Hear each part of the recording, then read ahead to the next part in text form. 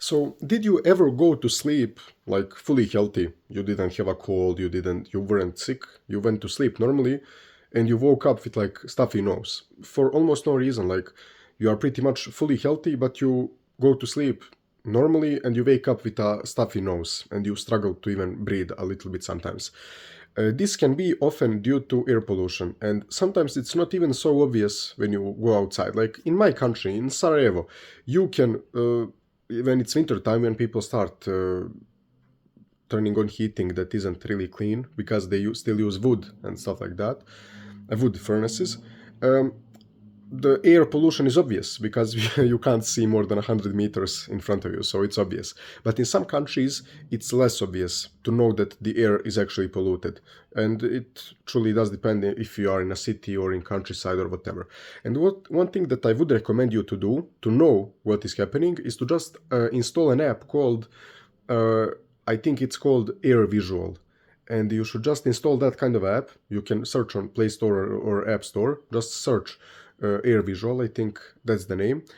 And just install the app, and you will see automatically by your location what's the air pollution in your city like. It will give you a score. If it's below 50, that's good. If it's between 50 and 100, it's meh.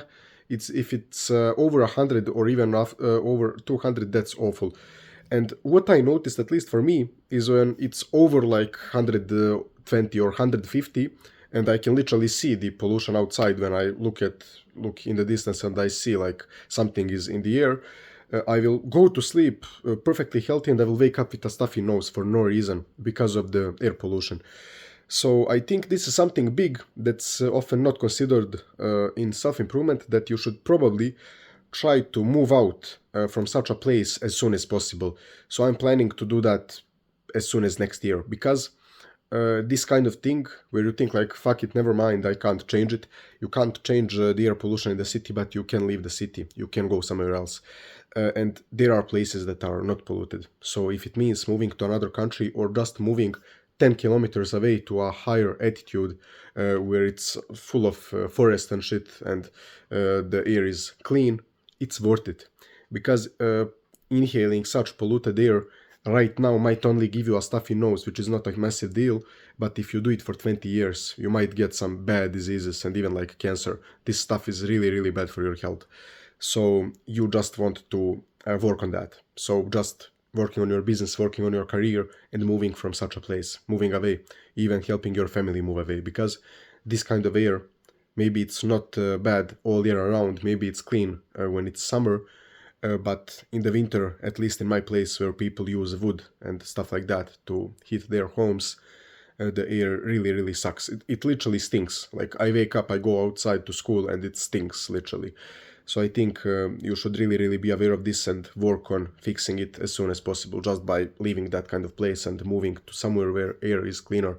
Luckily, in most big cities, if you go right now to like big cities in Germany, in the UK, in France, the air is not as bad as it used to be like 50 or 100 years ago, because the cities worked on a lot of regulations for which kind of vehicles are allowed, which kind of filters are used in the factories to reduce air pollution, and a bunch of these things that are not used in some more poor countries like my country, Bosnia and Herzegovina. So if you are in a country that is a third world country or a country that is not really rich, it's really more likely that your country doesn't have a lot of regulations that some richer countries have.